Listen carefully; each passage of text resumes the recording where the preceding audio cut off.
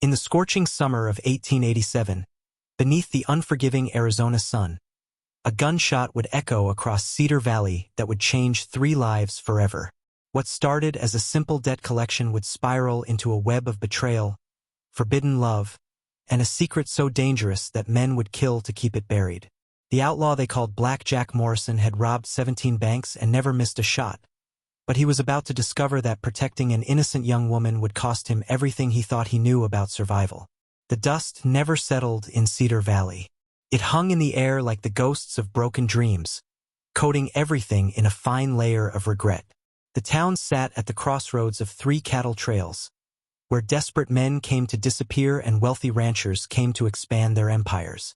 It was here that Marcus Whitmore built his fortune, transforming thousands of acres of barren land into the most prosperous cattle ranch in all of Arizona territory.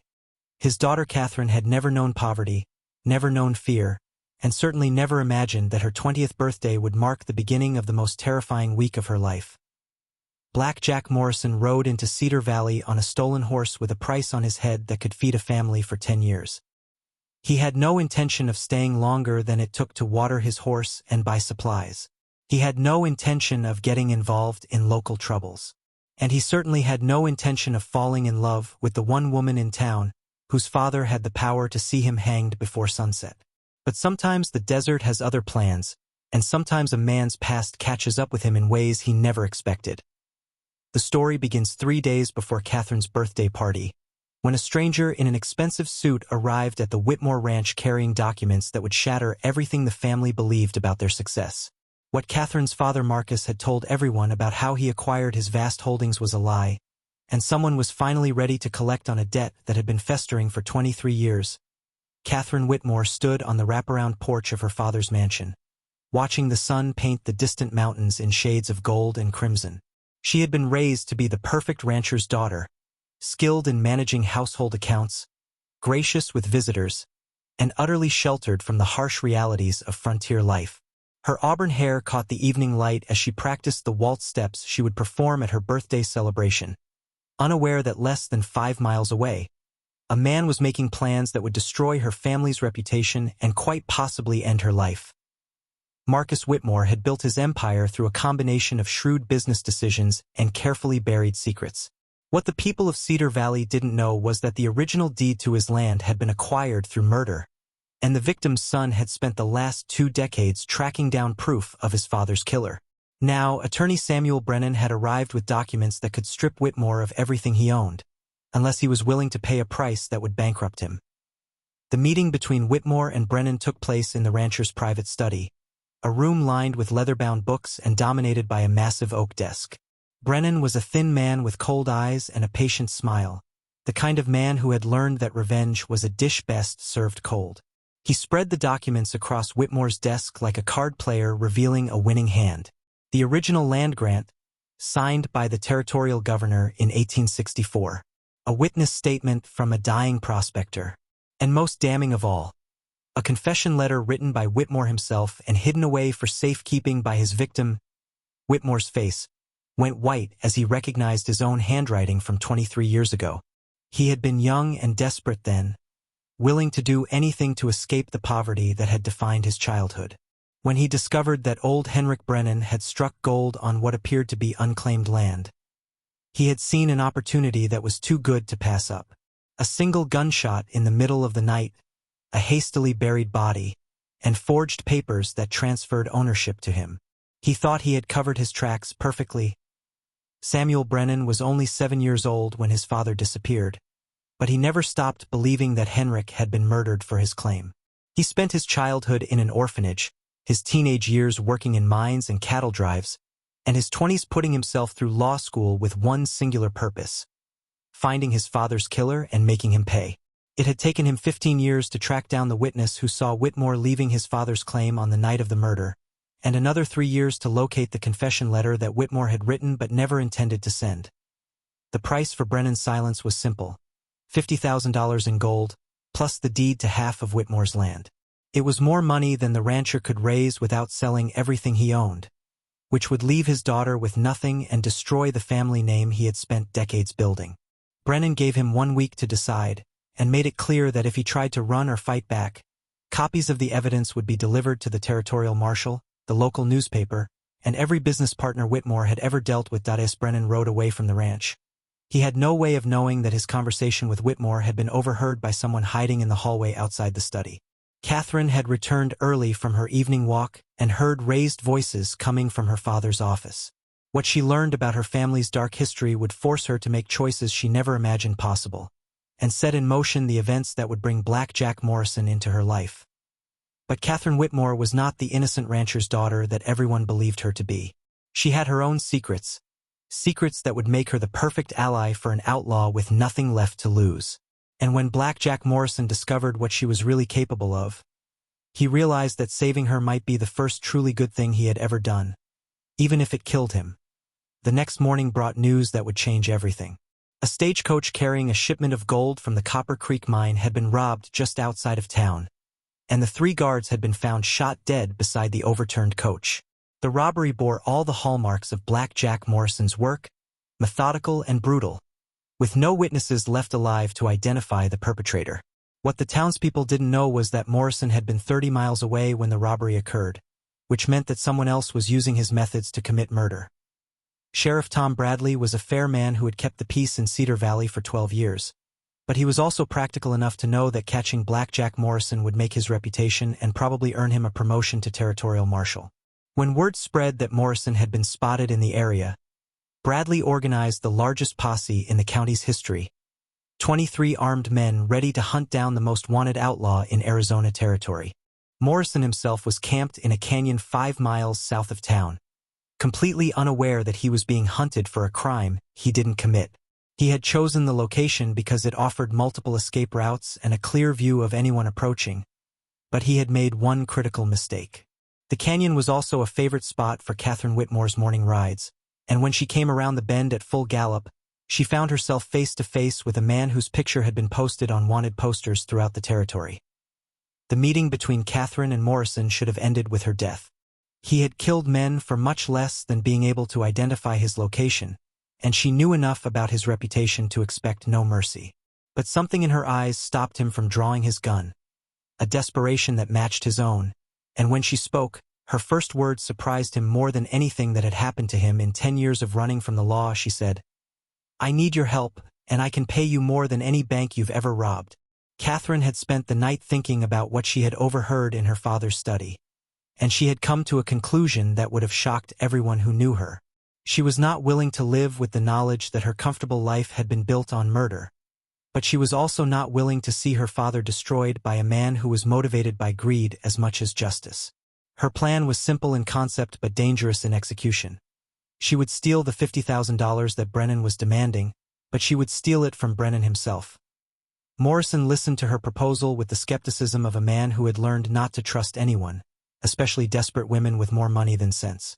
But as she explained what she knew about Brennan's background and his current location at the Cedar Valley Hotel, he began to see the possibilities. Brennan would be carrying the original documents that proved Whitmore's guilt, which meant that stealing them would solve her problem permanently. And a man who was blackmailing wealthy ranchers probably had more than $50,000 in his possession. The plan that Catherine outlined was more sophisticated than anything Morrison had ever attempted. Instead of a simple robbery, she was proposing a confidence game that would require precise timing, careful preparation, and more acting ability than he was sure he possessed. But she had one advantage that he lacked. She was above suspicion. No one in Cedar Valley would ever imagine that Marcus Whitmore's daughter was capable of planning a heist, which made her the perfect inside accomplice. What neither of them knew was that Samuel Brennan had not come to Cedar Valley alone. His partner, a former Pinkerton detective named James Crawford, was already investigating the stagecoach robbery and had begun to suspect that someone was trying to frame Black Jack Morrison. Crawford was the kind of man who noticed details that others missed, and he had found several inconsistencies at the robbery scene that suggested the real perpetrator was someone familiar with Morrison's methods but not as experienced in their execution. The first phase of Catherine's plan required her to gain Brennan's trust by appearing to betray her own father. She would approach the attorney with additional information about Marcus Whitmore's criminal past, information that would make Brennan's case even stronger and increase the amount he could demand.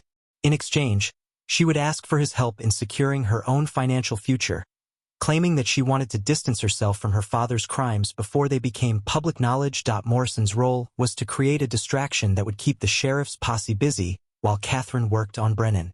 The plan they devised was audacious. Morrison would stage a fake bank robbery that would draw every lawman in the county to the opposite end of town, giving Catherine the time she needed to search Brennan's hotel room for the documents and any money he might be carrying. The robbery would appear to go wrong at the last minute, allowing Morrison to escape without actually stealing anything, but not before every witness had gotten a clear look at him.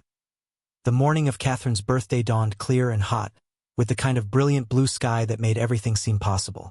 She dressed carefully in her finest riding clothes and practiced the expression of nervous determination that she would need to convince Brennan that she was genuinely willing to betray her father. Morrison spent the same morning checking and rechecking his weapons, studying the layout of the town's main street, and trying to ignore the growing certainty that he was about to make the biggest mistake of his criminal career. At exactly 10 o'clock, Catherine knocked on the door of Samuel Brennan's hotel room. She had timed her visit to coincide with the morning stage arrival, when the hotel lobby would be crowded with travelers and no one would pay attention to a young woman visiting a guest. Brennan answered the door himself, and she could see immediately that he was surprised by her appearance. She had counted on him recognizing her, and his reaction told her that her reputation as the untouchable daughter of Cedar Valley's most powerful man was working in her favor. Catherine's performance was flawless. She told Brennan that she had overheard his conversation with her father and had spent the night wrestling with her conscience.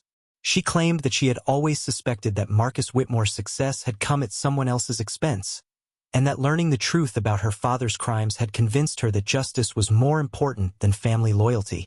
She offered to provide additional evidence against her father, including the location of documents that would prove he had committed other murders during his rise to power. Brennan was intrigued but cautious. He had learned not to trust unexpected offers of help, especially from family members of his targets. But Catherine's story was convincing, and the additional evidence she described would make his case unassailable.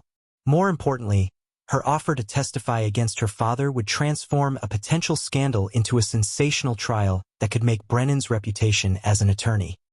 He agreed to meet with her again that evening to review the documents she claimed to have hidden. While Catherine was spinning her web of deception in the hotel, Morrison was preparing to stage the most dangerous performance of his life. The Cedar Valley Bank was a solid brick building with 2 armed guards and a vault that would take an expert an hour to crack, which made it perfect for a robbery that was never meant to succeed.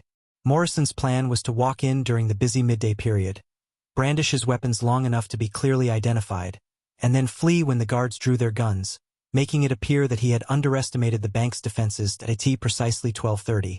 As the lunch crowd filled the streets and the hotel dining room, Morrison walked through the front door of the Cedar Valley Bank with his hat pulled low and his hand resting on the grip of his Colt. The bank was crowded with customers making deposits and withdrawals, exactly as he had hoped. He waited until he had a clear view of both guards before drawing his weapon and announcing the robbery in a voice loud enough to be heard throughout the building. The reaction was immediate and chaotic. Customers screamed and dropped to the floor. The bank clerks raised their hands and backed away from their windows, and both guards reached for their weapons exactly as Morrison had expected. But something went wrong. Instead of the warning shots that Morrison was counting on to provide his excuse for fleeing, one of the guards fired directly at him, and the bullet passed so close to his head that he felt the heat of its passage. Morrison realized in that moment that this was not going to be the controlled performance he had planned. Someone had given the guards specific orders to shoot to kill, which meant that someone knew about his plan. He threw himself behind a wooden counter as more shots rang out, his mind racing as he tried to figure out who had betrayed him and how he was going to escape alive. The gunfight that followed was brief but intense.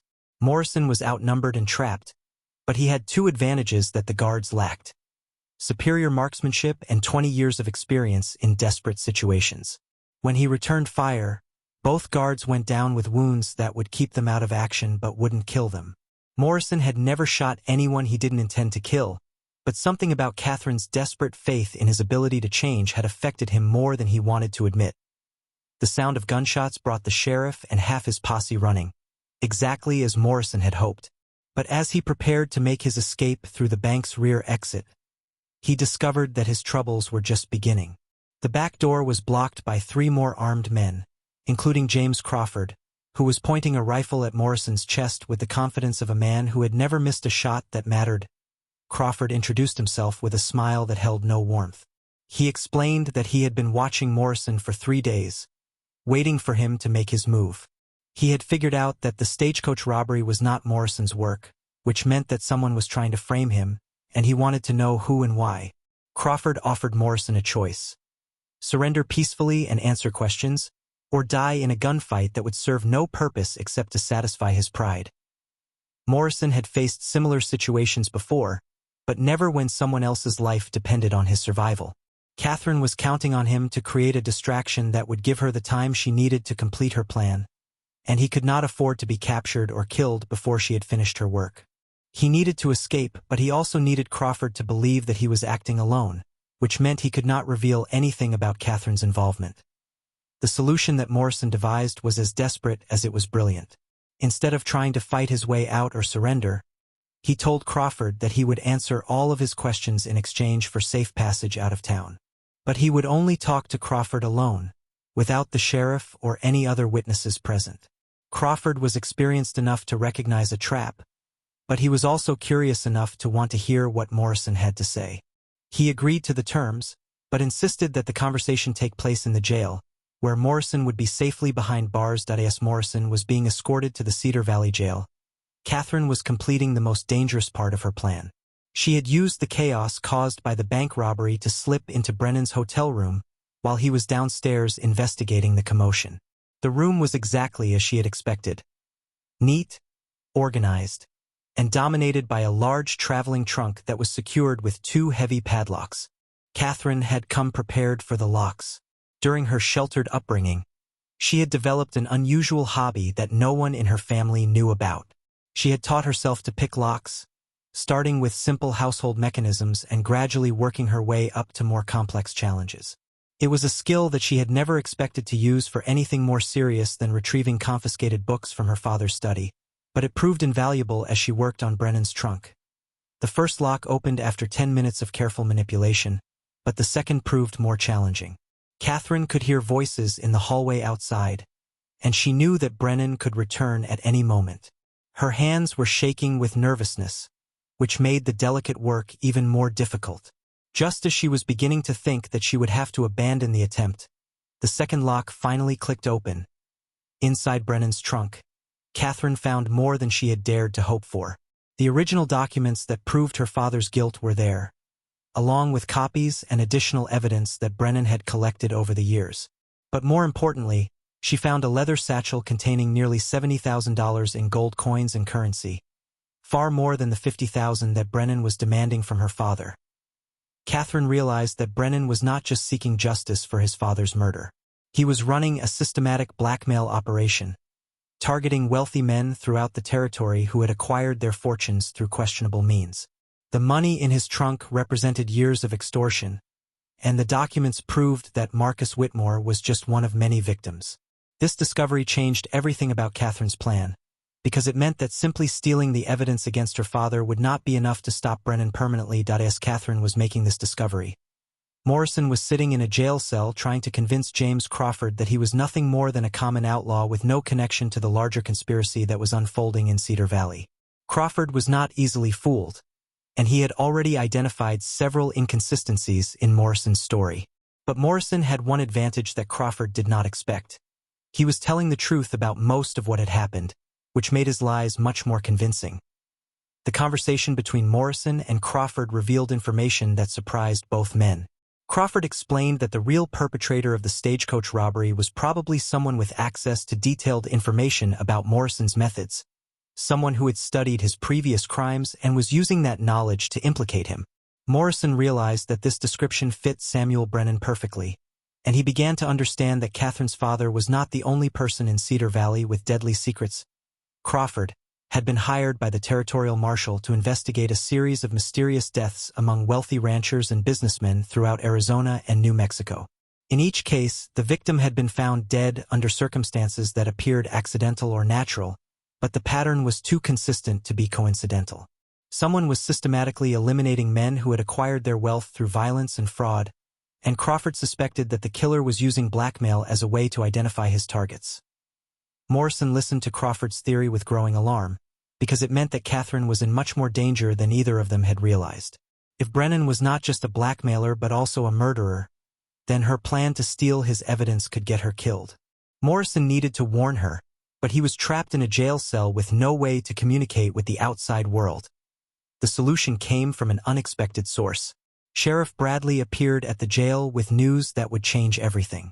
A rider had just arrived from Tucson with a message from the territorial marshal.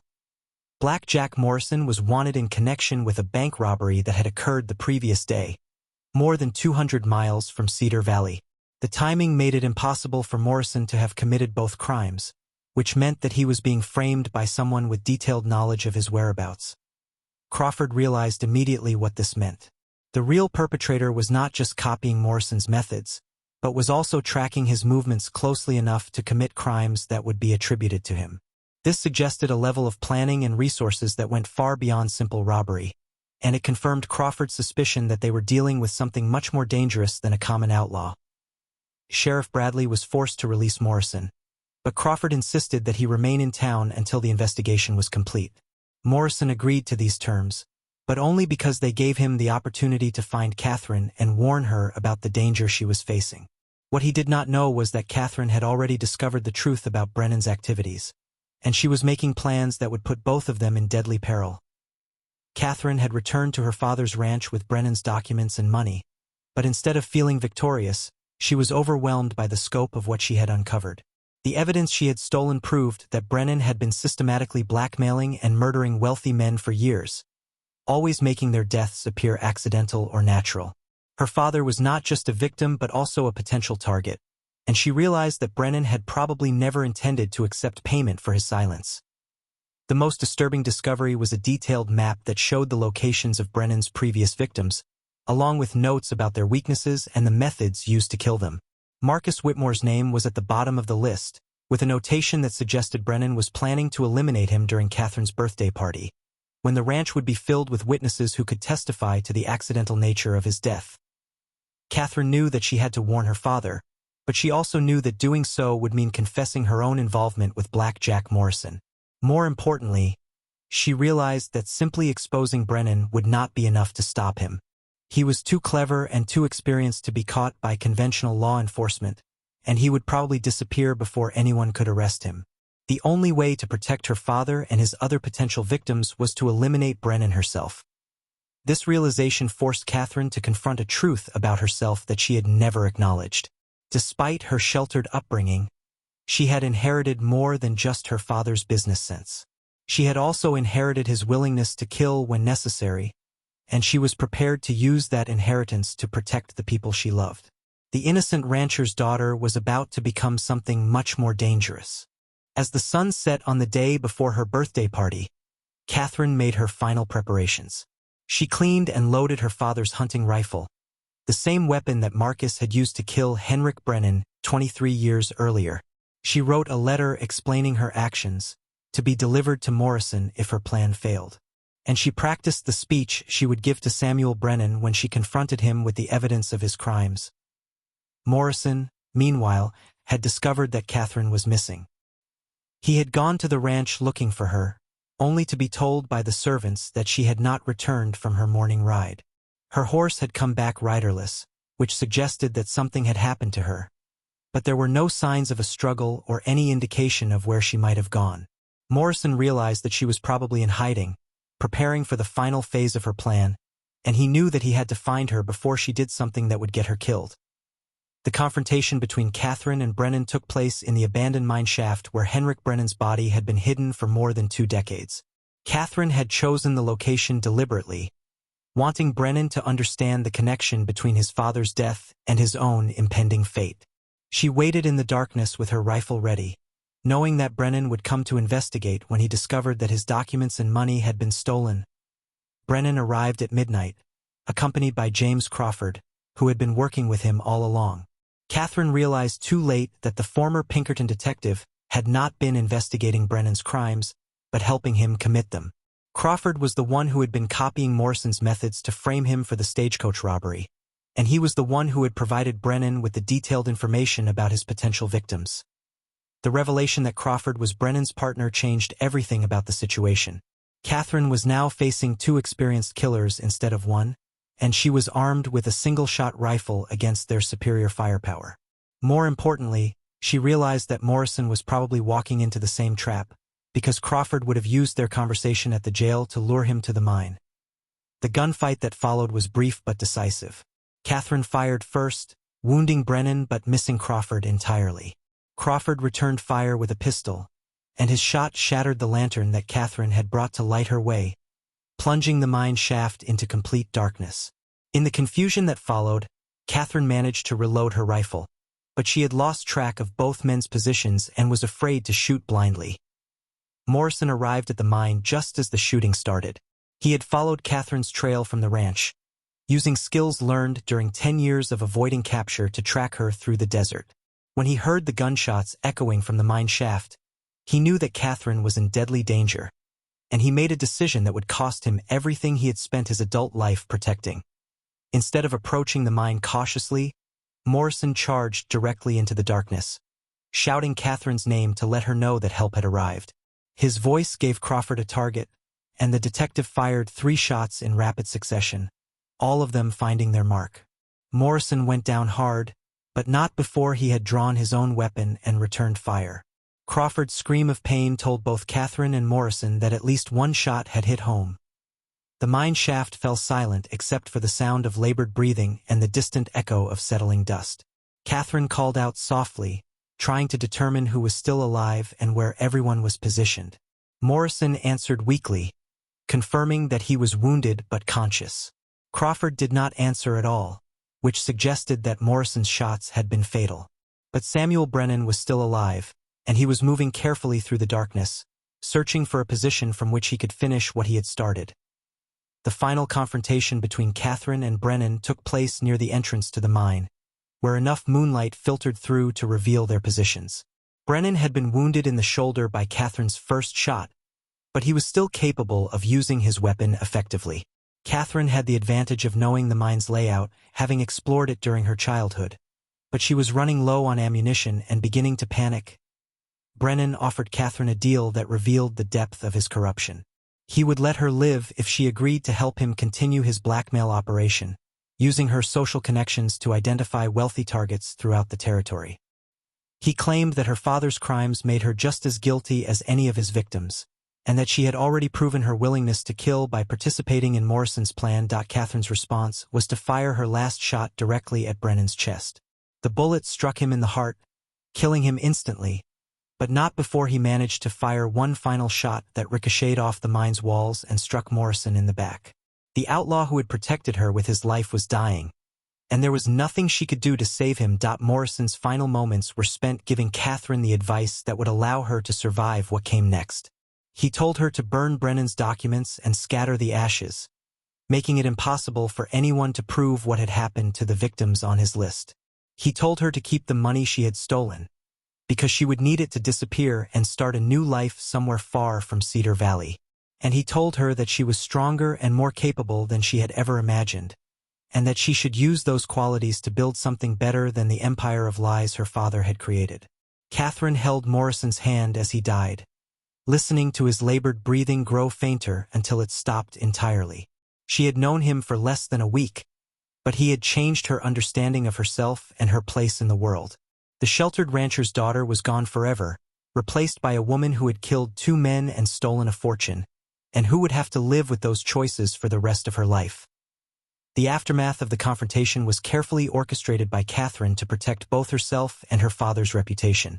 She buried Morrison, Brennan, and Crawford in the abandoned mine shaft, using dynamite stolen from her father's construction supplies to collapse the entrance and hide the evidence of what had happened. She told the authorities that Brennan had left town unexpectedly after receiving a telegram, and that she had never seen him again. The money that Catherine had stolen from Brennan was more than enough to ensure her father's financial security, but she chose not to give it to him directly. Instead, she used it to make anonymous investments in businesses throughout the territory, gradually building a legitimate fortune that would eventually eclipse her father's ranch. She never told Marcus about the evidence she had destroyed or the men she had killed to protect him, but she also never forgot the price that others had paid for his crimes. Catherine Whitmore disappeared from Cedar Valley 3 months after her 20th birthday, leaving behind a note explaining that she needed to see the world beyond Arizona territory. She was never seen in the town again, but stories occasionally reached Cedar Valley about a mysterious woman who helped victims of corruption and violence throughout the West. Some said she was a vigilante, others claimed she was an angel of justice, but those who knew her story understood that she was simply a woman who had learned that sometimes the only way to protect the innocent was to become something dangerous herself. Black Jack Morrison was never officially declared dead, and his name remained on wanted posters throughout the territory for years after his death in the mine shaft. But the robberies that had made him famous stopped abruptly, and other outlaws began to claim credit for crimes that had once been attributed to him. The legend of Black Jack Morrison gradually faded from memory, replaced by newer stories about newer criminals, until only Catherine remembered the man who had died protecting her and the choices that had made his sacrifice necessary. The truth about what happened in Cedar Valley died with the 3 people who knew it completely, but the consequences of their actions continued to ripple outward for years to come. Marcus Whitmore lived to see his daughter's mysterious investments transform the local economy, creating jobs and opportunities for families throughout the territory. He never learned why his blackmailer had disappeared or who had been responsible for his salvation, but he spent his remaining years trying to build the kind of legacy that would honor rather than shame his family name. The story of the outlaw who protected the rancher's daughter became part of the folklore of the American West, a tale of redemption and sacrifice that spoke to the possibility of change even in the most desperate circumstances. It was a reminder that heroism could emerge from the most unlikely sources, and that love could inspire even the most hardened criminal to choose honor over survival. But most importantly, it was a testament to the truth that sometimes the greatest courage is required not to fight, but to accept the consequences of fighting for someone else's life rather than your own. In the end, Black Jack Morrison got what every outlaw secretly hopes for but few ever achieve: the chance to die for something more important than himself. Catherine Whitmore got something even rarer: the knowledge that she was capable of protecting the people she loved, no matter what it cost her. And the American West got another story about the thin line between justice and vengeance, and the people who choose to walk that line when no one else will. The desert wind still blows across Cedar Valley, carrying dust and memories in equal measure. The ranch that Marcus Whitmore built still stands, now owned by strangers who know nothing about the blood that was spilled to secure its deeds. The mine where 3 people died remains sealed, its secrets buried beneath tons of rock and the passage of time. But somewhere in the vast expanse of the American frontier, the story continues, carried forward by those who understand that some debts can only be paid with courage, some love can only be proven through sacrifice, and some people are worth dying for, even when dying is the last thing you want to do.